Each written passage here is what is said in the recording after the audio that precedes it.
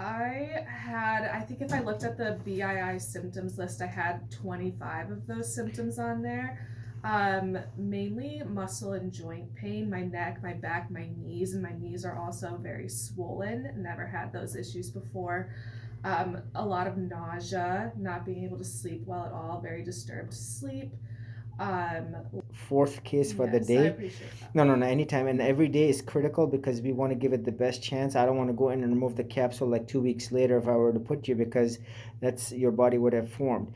And if I find anything suggestive of a capsule or anything basically that's abnormal, inflamed, I will remove it, because if we don't send it off to pathology, we won't know. If I find any abnormal fluid, I will certainly send that off, take cultures, and then we'll see what exactly is going to be the post-op course. So, did your surgeon discuss with you the FDA warnings, the three that he or she is supposed to discuss? No, which I now know he was supposed to, and he didn't. He told me he really brushed it off, like, oh, this doesn't happen. Got So it. yeah. Okay, now again, important because this is part of informed consent. This is the education that everyone must get before they sign up for what is a serious problem that almost 100% of the patients will get, some sooner, some later, but eventually everyone will succumb to what is breast implant illness, because they're not meant to be in the body forever. That's exactly what the FDA says.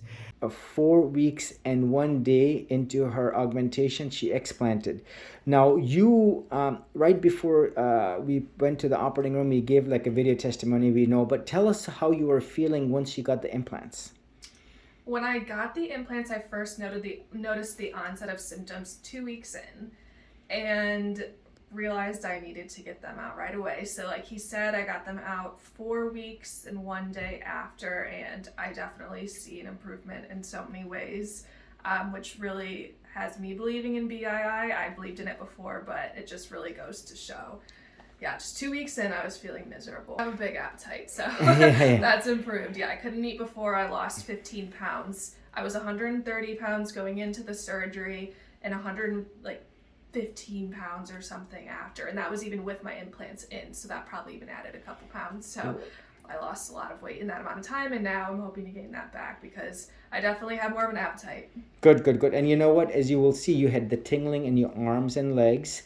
And remember, the question was, as you came to me, is it really the implants? And I said, well, no one has walked into my clinic and said the implants are making him healthier. And this is clearly, by definition, what is breast implant, unless someone young, 22, who is healthy as Yeah, anyone can be. no autoimmune issues, no thyroid issues. We tested that at the ER, perfectly fine. Yeah, you went to the emergency room Yeah. complaining and you had all these symptoms. And now the only thing that lingers on day 6 is what? The thing that lingers is the joint pain in my knee. It's very minimal, and kind of if I lean towards it, the left is worse than the right, and then a little bit of almost like a growing pain feeling behind my knees, just like a little muscle achy, some numbness and weakness in the lower legs, but it's barely there, and everything else has gotten better.